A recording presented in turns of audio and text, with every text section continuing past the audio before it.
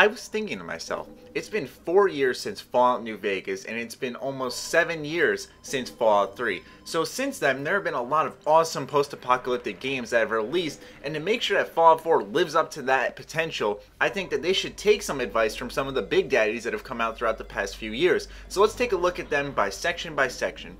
Both Fallout 3 and New Vegas have awesome stories, don't get me wrong. But if there's one thing they can learn from games of 2013, it's that they need to emotionally invest us. Fallout 3 kind of had that aspect, but there's nothing quite like The Last of Us. I know it sounds redundant, but this game emotionally invests you from the start, and just the way that Ellie and Joel's relationships developed from a babysitter to almost a father-daughter relationship is incredible. Another one is Metro Last Light, taking place a year after the events of 2033, where you call down a missile strike on the Dark Ones. Only there was one survivor, being the child, and it's awesome to see Artyom's relationship develop with this little character that you would never have expected him to even be able to understand emotionally. Also, there's Anna as he develops a relationship with her, and there's so many little side events in the game that it really enriches the experience. And even though that everyone in these lands are dead, it makes it feel like there is some form of life out there.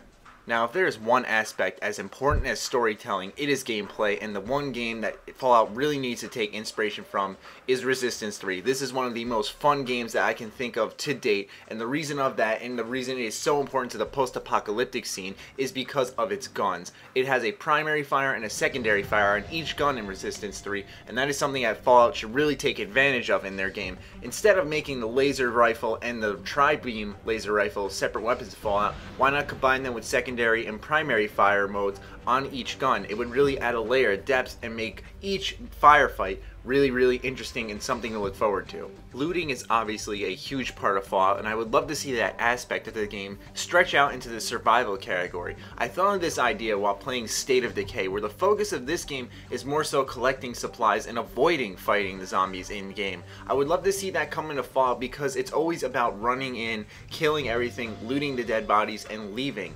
Instead, maybe there should be a flight option or a stealth mechanic that would allow me to sneak around, take what I need from the area, and slide out without even anyone knowing.